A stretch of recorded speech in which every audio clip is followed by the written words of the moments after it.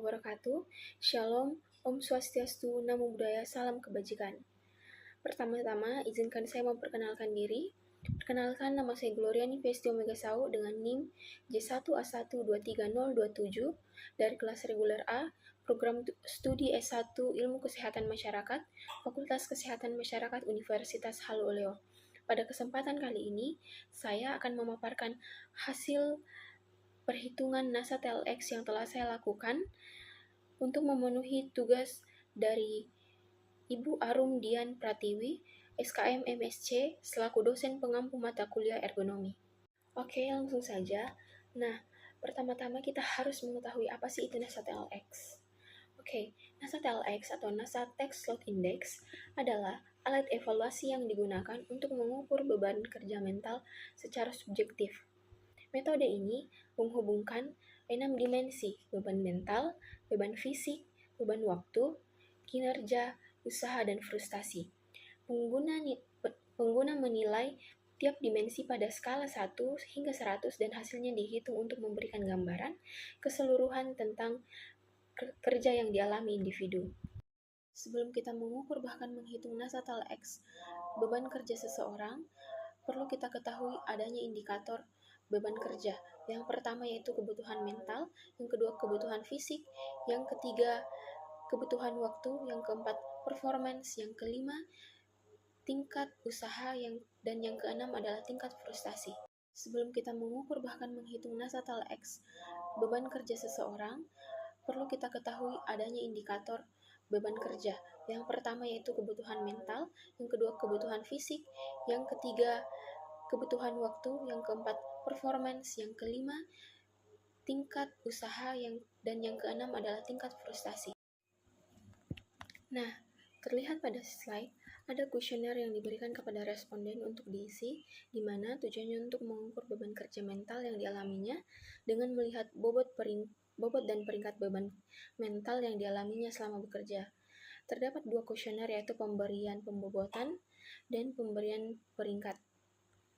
Pemberian pembobotan di sini memungkinkan responden untuk memilih salah satu dari 2 indikator yang dirasakan lebih dominan menimbulkan beban kerja mental pada responden tersebut.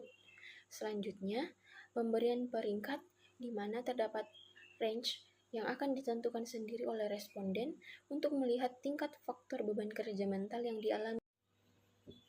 Nah, di sini terlihat responden memilih salah satu dari 2 indikator yang lebih dominan dialami pada jenis pekerjaannya. Antara kebutuhan fisik dan kebutuhan mental, responden lebih memilih kebutuhan mental karena responden lebih dominan merasakan hal tersebut saat bekerja. Nah, selanjutnya, responden lebih memilih kebutuhan waktu dibandingkan kebutuhan mental, lebih memilih usaha dibandingkan kebutuhan mental, lebih memilih tingkat frustasi dibandingkan kebutuhan mental, lebih memilih kebutuhan fisik dibandingkan kebutuhan waktu, lebih memilih performance dibandingkan kebutuhan fisik, lebih memilih usaha dibandingkan kebutuhan waktu, lebih memilih waktu dibandingkan performance, lebih memilih frustasi dibandingkan kebutuhan waktu, lebih memilih performance dibandingkan frustasi, serta lebih memilih effort dibandingkan frustasi. Hal tersebut dipilih oleh responden karena responden lebih dominan mengalami hal tersebut yang mengakibatkan ia mengalami beban kerja mental. Selanjutnya, range yang telah ditentukan sendiri oleh responden terlihat jelas bahwa responden memilih tingkat beban kerja mental yang sangat tinggi, mulai dari beban kerja mental yang ditandai dengan angka 90, kebutuhan fisik 85, waktu 85, performance 70, usaha 90, dan frustasi 90. Nah, untuk menghitung beban kerja yang dialami individu terhadap suatu pekerjaannya, beberapa langkah yang harus diketahui yaitu di mana ada pembobotan, kita mengukur seberapa banyak responden memiliki indikator yang lebih dominan yang ia rasakan.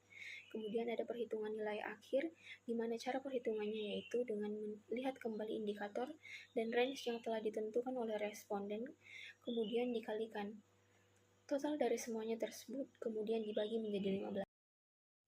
Seperti pada slide bawah, telah diukur dan diketahui seberapa besar beban kerja mental yang dialami oleh responden atau individu tersebut, di mana jika ditotalkan terdapat 84,66% beban kerja mental yang dialami.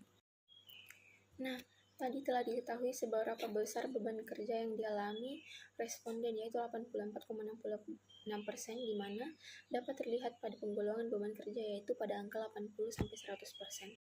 Dari pengukuran NASA LX yang telah dilakukan menunjukkan bahwa beban kerja mental yang dialami menurut pekerjaannya sangat tinggi. Dengan melihat usia responden, angka menunjukkan bahwa 84,66% itu sangat tinggi beban kerja mental yang dialami.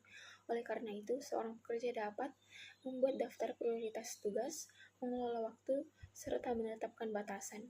Rekomendasi tersebut diharapkan dapat meringankan beban kerja mental yang dialami agar tidak berdampak pada hal yang sangat fatal.